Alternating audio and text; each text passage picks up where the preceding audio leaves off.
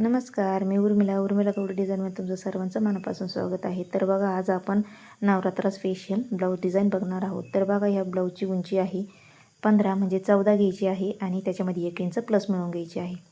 तर बघा, 15 उंची घेतल्याच्यानंतर आपल्याला घडी घ्यायची आहे 10.5ची आणि शोल्डर घ्यायचा आहे 5.5चं आणि मोंढा पण घ्यायचा आपल्याला 5.5चा.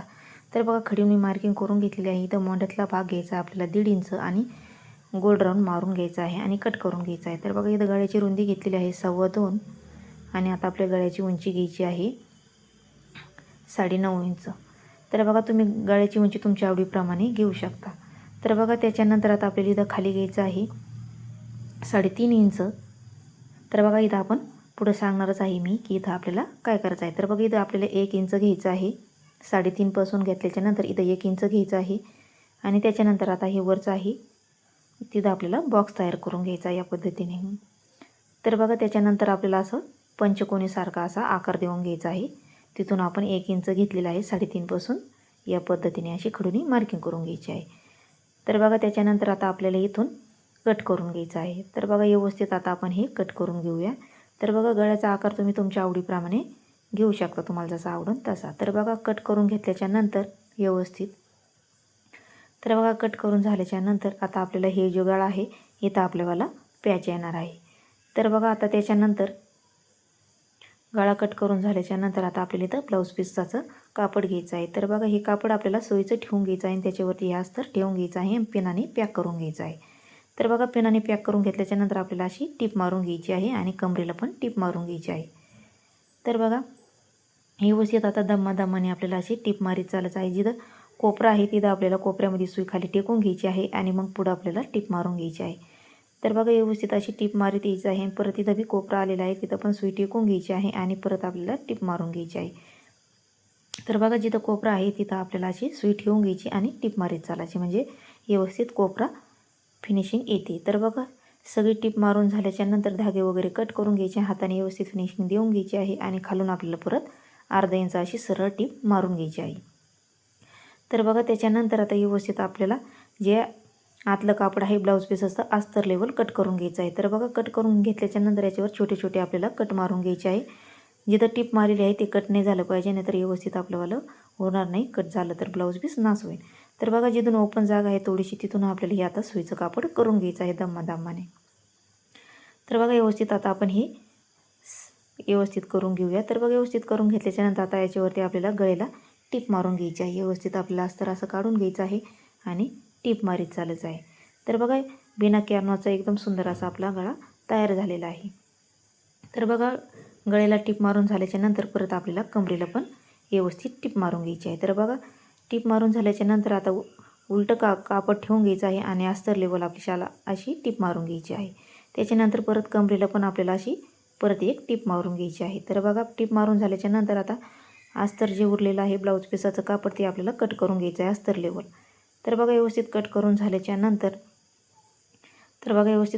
झाल्याच्यानंतर बघा, हे ब्लाऊज पीसामधलाच काठ उरलेला आहे बाहीमधून उरलेला. तर मी तो थोडासा काठ आहे तो घेतलेला आहे. तर बघा, खाली अस्तर ठेवून घ्यायचं आहे आणि त्याच्यावरती आता आपल्याला हे जे पॅचसाठी कापड आहे तो आपल्याला उलटं ठेवून घ्यायचं आहे. त्याच्यानंतर सुईचं असं करून घ्यायचं आणि त्याच्यावरती आपल्याला आता दाब टीप द्यायची आहे. चारी बाजूकडून पॅक करून उरलेलं कापड हे कट करून घ्यायचं आहे. तर बघा, त्याच्यानंतर आता आपल्याला याच्यावरती अशी लेस लावून घ्यायची आहे. तिकडून आपण बंद बाजू घेतलेली आहे तिकडच्या साईडने अशी लेस लावून घ्यायची आहे. तर बघा, याच्यावरती आता आपण 2 टिपा मारून घेऊया.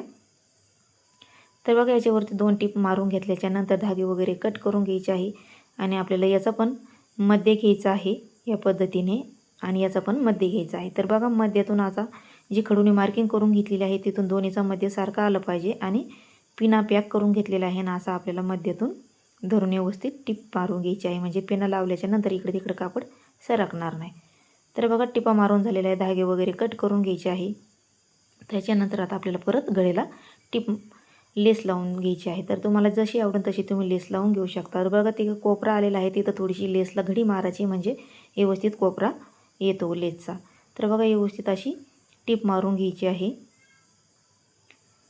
तर बघा, व्यवस्थित टीप मारून झाल्याच्यानंतर लेस नंतर उरलेली कट करून घ्यायची आहे आणि याच्यावरती आता आपल्याला डबल टिप मारून घ्यायची आहे, कारण लेस मोठी आहे त्याच्यामुळे आपल्याला डबल टिप मारून घ्यायची आहे.